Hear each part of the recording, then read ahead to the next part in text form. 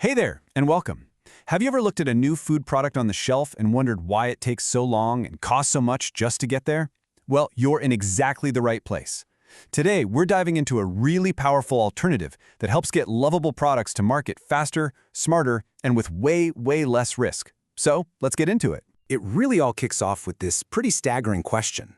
Why on earth is the failure rate for new food and beverage products so high? I mean, we're talking about 70 to 80% of them just vanishing from shelves within a couple of years. That is a massive waste of time, money, and great ideas. So what's going wrong here? Well, a lot of the time, the answer is hiding in the process itself. It's what you could call the trap of perfection. The traditional way of developing new products, what the industry calls NPD, it's built on a philosophy that in today's world is just feeling more and more outdated and frankly broken. You know, the old way is this long, rigid march. You can see the stages right here. It's a slow, step-by-step path from an idea to scoping it out, developing it, testing it some more, and then finally you get to the big launch. It's very structured, very sequential, and incredibly slow. And the kicker is, each step has to be perfect before you can move on to the next one. And here's the real problem with that. This whole process was designed for a world that just doesn't exist anymore. A market that was stable, predictable, but today, consumer trends can change completely in a matter of months, not years. This old model is just too slow, way too expensive, and too rigid to even try to keep up. So yeah, this chase for perfect comes at a really high cost.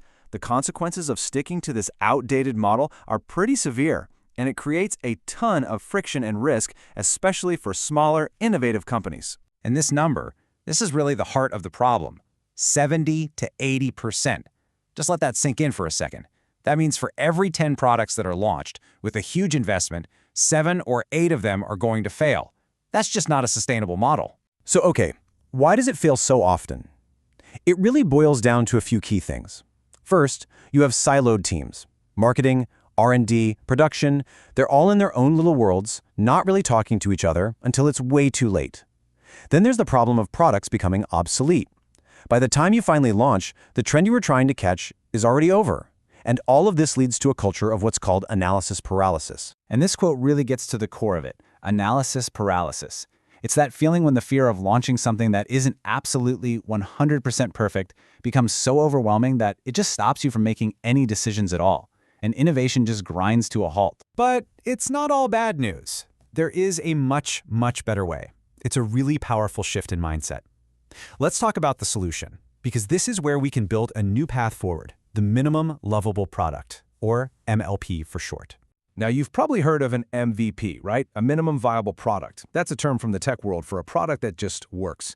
But an MLP is different, especially in the food world. The goal here isn't just viability, it's delight.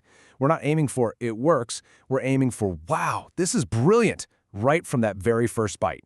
The engine that drives all of this is something called the build, measure, learn loop. It's a core idea from the lean startup method. So instead of one massive high-stakes launch, you build a small version of your product, you measure how real customers react to it, and then you learn from that feedback to make the next version even better.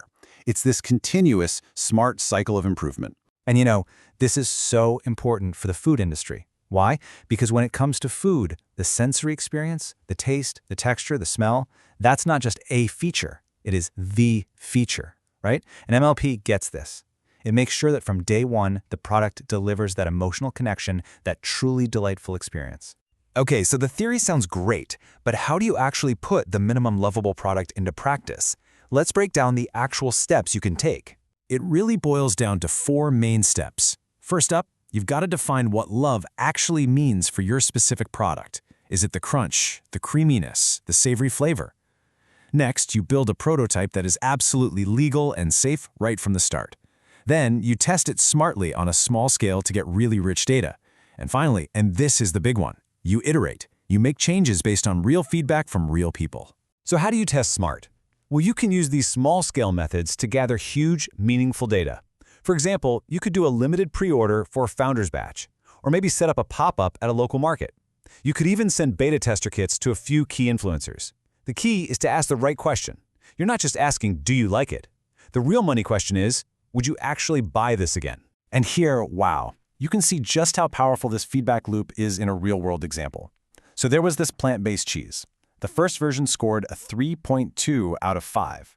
After listening to feedback and making one key change, the score shot up to a 4.7.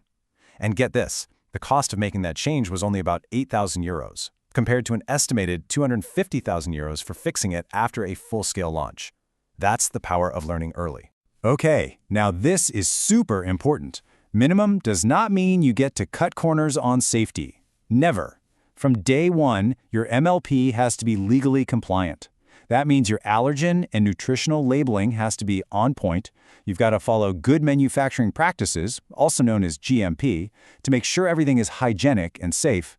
And if you're using some cool new ingredient, you have to check the novel food regulations. So, after all this, what's the big payoff? What are the real, tangible benefits you get from adopting this agile approach to making new products? I mean, the advantage is just crystal clear when you put the two approaches side by side. The traditional model is slow, the MLP is fast. The old way has high costs and high risk, the MLP has low costs and low risk. And maybe most importantly, it gets you real consumer feedback early and often, not at the very end when it's too late and too expensive to do anything about it. Look, at the end of the day, this agile MLP-driven method wins because it delivers exactly what modern food businesses need right now. You get to validate your ideas way faster. You dramatically reduce your financial risk. You can start generating revenue much earlier. And most importantly, you build a product that your customers will genuinely love and keep coming back for. So we'll leave you with this final thought to consider.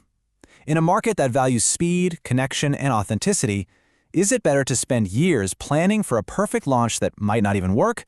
Or is it better to launch something sooner that's actually ready to be loved and then improved with your customers? The future of food innovation is agile. Thanks for tuning in.